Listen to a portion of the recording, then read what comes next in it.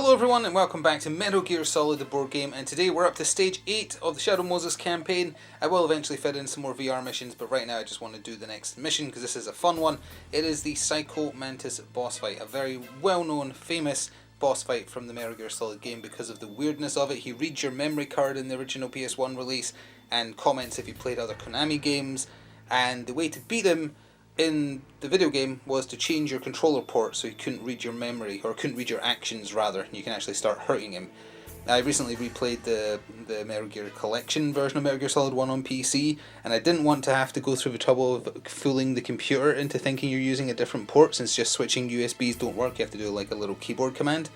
So I did find out from my chat there was a second way to beat Psycho Mantis. If you die to him 3 times in a row, and then get told the solution but still don't do it, you can actually use the Nikita rocket launcher to destroy 2 statues which have his mask on in the room, and for whatever reason that stops him being able to read your mind as well. Neither of those apply here, but the creators of the board game have taken that general Psycho Mantis as kind of fourth wall breaking. He reads your memory card, he turns off your TV, or kind of pretends to turn off your TV during the fight, stuff like that. So they wanted to do something weird with him, and I accidentally spoiled the solution for myself when I was setting up for the last stealth mission we did, where I thought I was missing an elevator shaft. Turns out it was actually on the back of one of the barracks, and I just used the wrong barracks. But when I was looking for that, I accidentally found the solution to what you're supposed to do for Psycho Mantis, and I guess to go over that in more detail, we'll have to go look at his card. So here is the Psycho Mantis card. I'm not going to spend too long on it because this is not what we're actually going to be fighting, because you may notice that his defense is 12, which is pretty hard to roll equal to or over on a d6. So he has rules like it's useless, I told you, etc. And the way you're supposed to solve how you beat him is how I'm going to describe this now, not the accidental dumb way I accidentally lucked into, is that there is actually hints hidden within the campaign book on Meryl and Snake's stat cards, which are on the back of let's just use Snake's card here as an example. On the back of this, there's a couple of bits of relevant information. Numbers, stuff that's in a different colour and underlined, and stuff that's in a different underline there.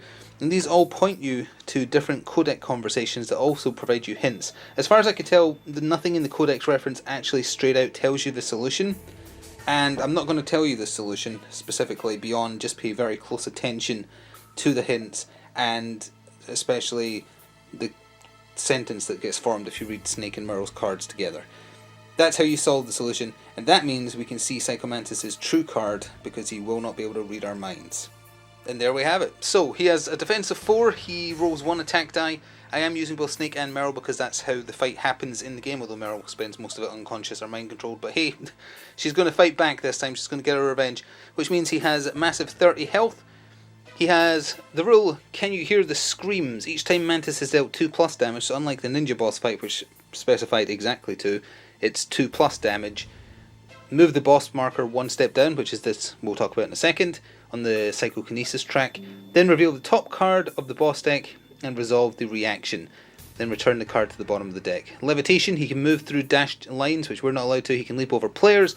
If he would be unable to move the full number of spaces in the indicated direction on his AI deck, he instead moves 1 fewer spaces in the opposite direction. If there's no players in line of sight at the end of his move, turn him until he has a player in line of sight. Psychokinesis track, his cards and that first rule make it go down, and it changes the rules of play. It starts on, actually it doesn't tell you if it starts on number 1. I'm going to presume it does. So it starts on players must be in the same column to attack him. Then it can change to once per turn if you roll an exclamation mark you attack all other players. If it goes down to the orange one, players must be in the same row to attack Mantis. And if it gets down to the red one, players cannot use focus tokens or perform focus actions. And then, I don't know, I presume it resets. It doesn't actually specify that, but hopefully his cards do. I haven't looked at his cards in advance. So I think that bit covers it beyond the gear I'm taking with Meryl and Snake. For Snake, oh, and also you just use the boss stage reference to cover those. I forgot to look a second out for Meryl, but it's just standard boss reference. So I'm bringing his 50 cal, I am bringing the Nikita rocket launcher, and I am bringing some rations. And Meryl has some set gear. She's got her 50 cal. She has a light assault rifle with 3 shots in it, and I gave her the other ration. She can take 3 bits of gear as well, and she starts with the 2. That's a reminder of her focus abilities there, and her other abilities here as well. So with that, let's get started against Psycho Mantis after this quick word from my channel sponsor. This video is sponsored by Noble Knight Games. Check out the video description below for an affiliate link that will take you through to their store, and it will help me out as well. Thanks. So as we begin, I am assuming Psychokinesis track number 1 is in effect, which is I have to be in the same column as him, meaning Snake is fine to immediately attack, but Meryl not so much. So let's go with Snake first. He has 3 bullets, or 3 missiles rather I should say, in the Nikita rocket launcher, so it costs 1 action to launch his missile, and we roll the 3 white dice to launch it. Now the part I'm still not sure about regarding the Nikita rocket launcher is when you initially place it down and roll those, do you then use those to dictate the first turn of movement, or do you then also roll 2 black dice? Because the black dice only says if there's not a missile on, so that would kind of imply you have to use a second action. The video where I first used it hasn't gone live, so I'm not sure what the general consensus is, but let's presume that it means the 3 white dice are to launch the missile, and then roll... Yeah, actually, you know what, it does say and then, so I'm going to presume that's correct. I forgot to look at the missile, but we're about to blast it into Psycho Mantis' face anyway, so we'll just take the 4. It stops when it touches him and explodes, and it does 3 white dice of potential damage.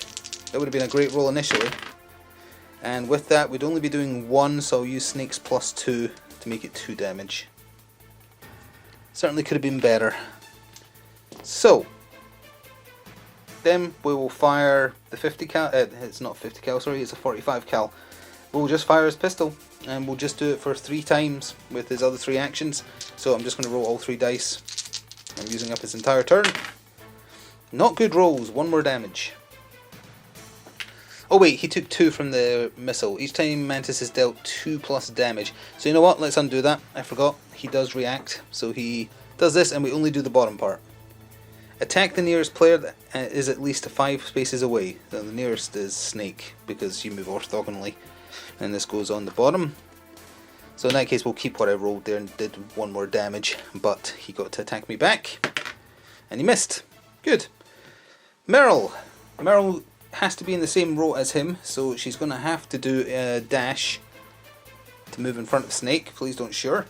And then she'll fire the assault rifle for all 3 actions. I think I just want to do as much damage as possible to start with, although we'll have to do it piece by piece because he's going to react if she does 2 damage. 2 white dice. So our second action is firing the light assault rifle. Good damage, okay. That is 2 more damage. Puts him up to 5, but that also triggers his reaction. The attacker must reroll all dice used to attack. If exclamation mark is rolled, deal 1 damage to another player if able, otherwise take 1 damage. Instead, focus tokens can't be used. I presume you keep the original result in terms of damage though. Oh, she rolled that, so she hit Snake for 1 damage. Silly Meryl. That's not how you... Well, she does shoot at him. Well, she's under Mantis' control, to be fair. And that was 2 damage, and that was the reaction, and he didn't move. So Meryl's third action is going to be to shoot again. Oh, Meryl!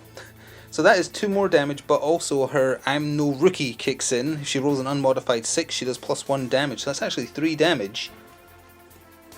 She's shown Snake how it's done. That triggers another reaction. Attack the nearest player sharing the same row or column as Mantis. So he's attacking Meryl. Oh, I accidentally knocked him with the dice there. He is attacking Meryl for 1.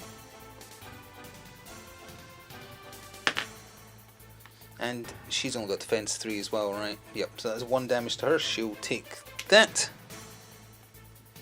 And... oh, each time he takes 2 plus damage, it should be moving down here as well. So it's actually in this currently, as a result of that attack that just happened. So now he's only damageable if you're in the same row. So her last action can't be to use the last of her ammo, sadly. So her last action will be to dash. I'm going to dash her over here away from Snake just in case. And then boss's turn. This time we do the top half, not the reaction half. So move him, I presume it would be that way then, based on orientation. So 1, 2, 3, 4. Attack the furthest player, then deal 1 damage to all other players within 3 of that player. Okay. Let's see now. Why is this here then if you're always attacking the farthest player? Is that the aura around him? Which would be very strange. I'm not sure. Attack the furthest player, then deal 1 damage to all players. I presume you still need to be in this AoE. Then, would be my guess. So, it starts up in this corner, and it would hit none of them. That is my assumption, because why would it have that showing you the range of it?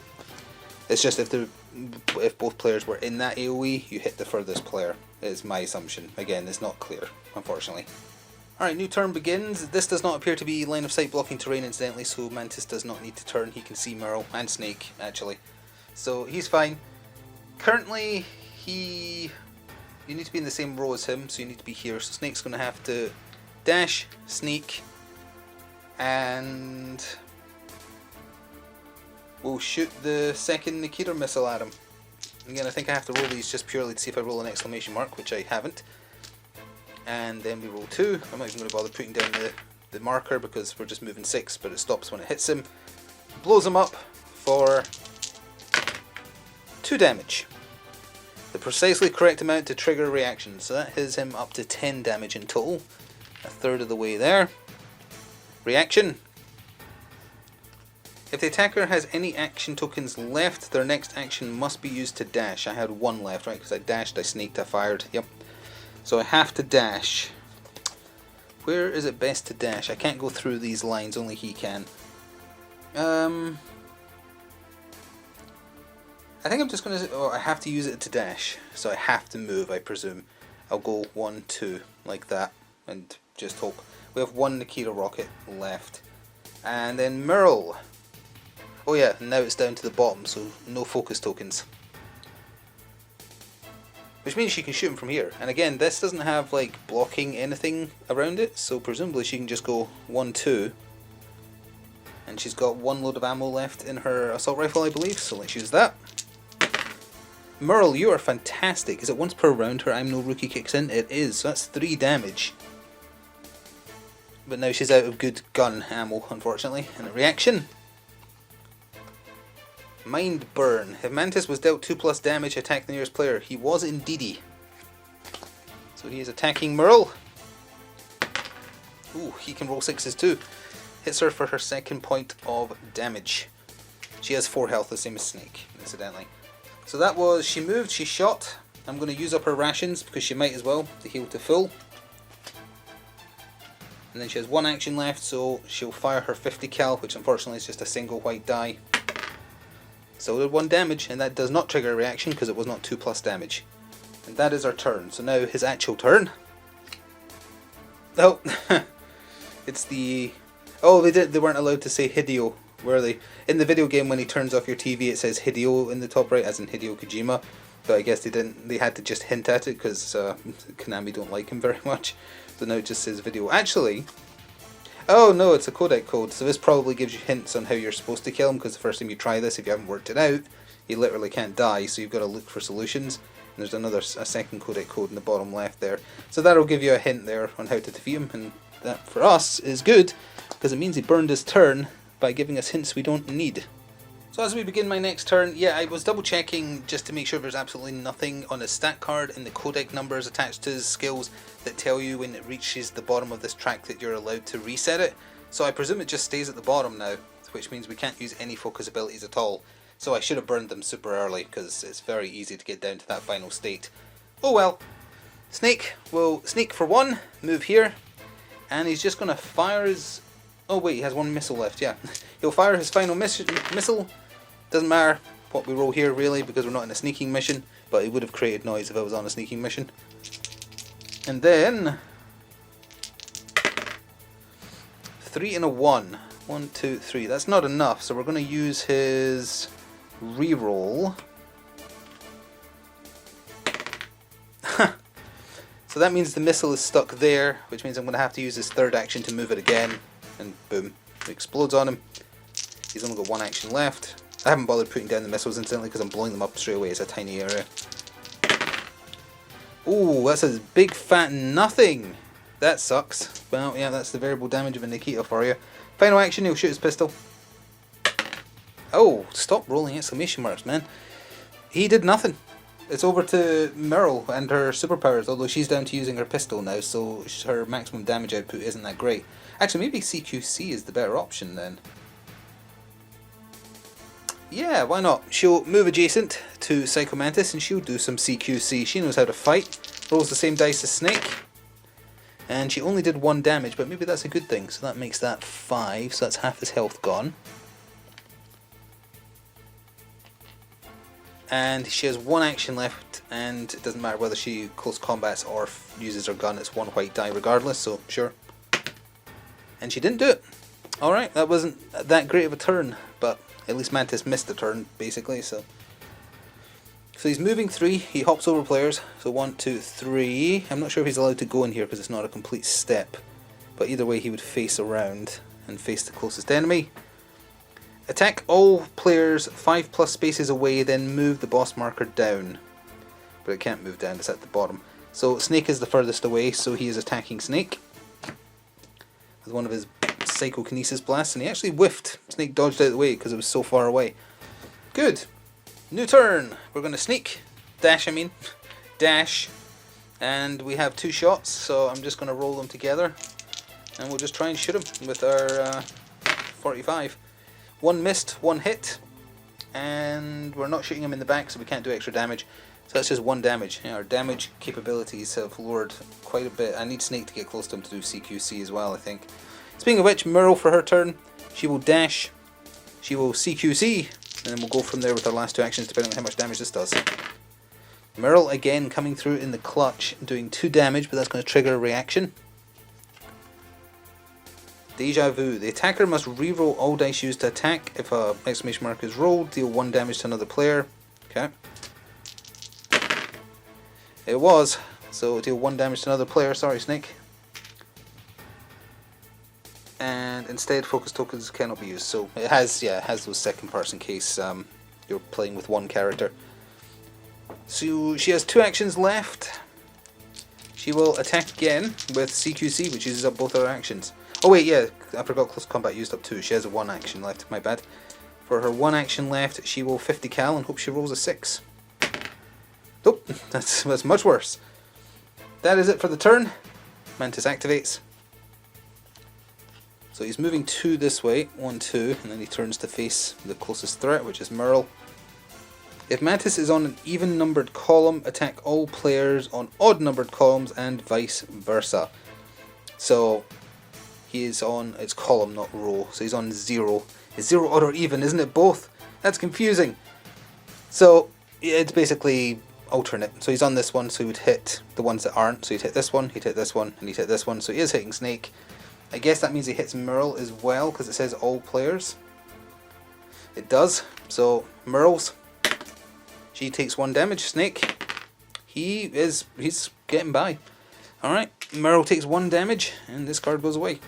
So before we move on, I actually had to go Google, is 0 odd or even, because I genuinely wasn't sure.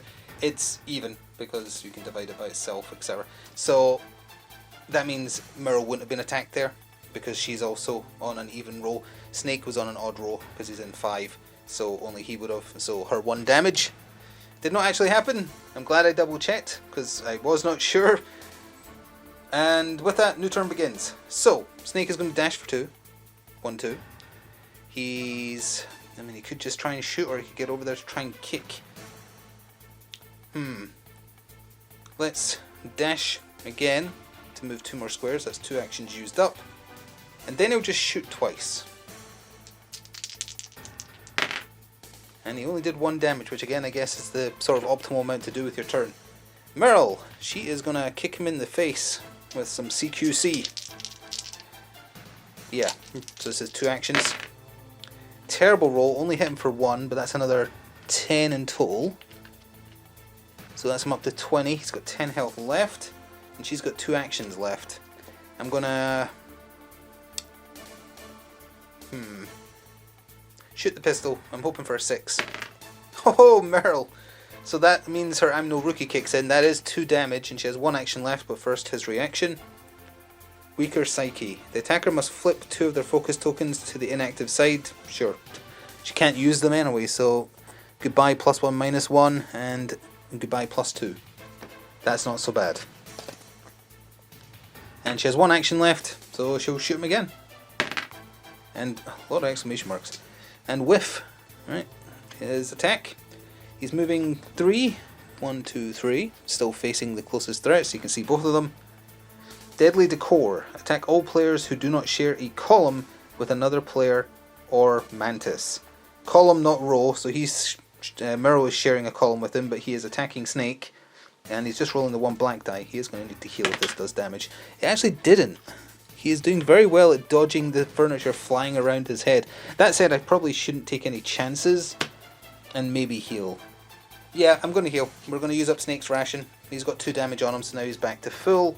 Then we're going to dash for 2, dash for another 2 steps. That's 3 actions, and we'll just shoot once. And he didn't do good enough. That was 3. So he's out of there. Meryl, do I just single fire or do I... Yeah, I want Snake to get in there and CQC, although if they both kind of combo attack him, that's pretty cool. Let's dash to get closer to him. So that's 1 action. We're going to shoot her 50 cal. Oh, Meryl! Okay, so that's 2 more damage to him. That's him up to 24. And he reacts, and she's got 2 actions left. If Mantis was dealt 2+ damage, attack the nearest player. Ah, they're equidistant. I don't know what you would do in that situation, and they both have full health, so it doesn't matter really. We'll go after Meryl. He hits her. She's the strong one, clearly, because she can't stop rolling 6s. Snake keeps rolling 1s. So she moved, she shot, and she has 2 actions left. I'm going to shoot again. That's 1 damage. Takes him up to 25. He has 5 health left. I'll shoot 1 more time. And she hit him. Now does that trigger reaction? Because that's 2 separate instances of 1 damage. Each time Mantis is dealt 2+ damage. Yeah, I'm going to presume that doesn't trigger that. But it is his turn. Oh, we've rolled back around to the Hideo, so we basically get a free turn. And victory is in our sights. We just need to do 4 damage to him. And let's see if we can do that. Let's sneak Snake and then do some CQC. So he's going to have 1 action left after this. Snake, are you having an off day? Like, are you just not having a good time? That's pretty bad, Snake. For his final action, I'm going to dash again and get behind him to potentially do some extra damage with his sneak attack. For Meryl, she's going to sneak next to him. She's going to CQC. And only does 1 damage.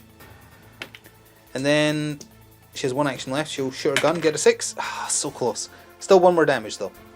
So 5, 6, 7, 8. He has 2 health left, but he's getting 1 more chance on us. Here it comes. He's moving 3 this way. So 1, 2, 3. Turn him face. Psychic Blast, attack all players 5+ spaces away. 1, 2, 3, 4, 5. It's only Snake. And then he would move the boss marker down. I'm curious if they just forgot to say that when you reach the bottom, you go back up to the top. Although, no, he does hit Snake for 1.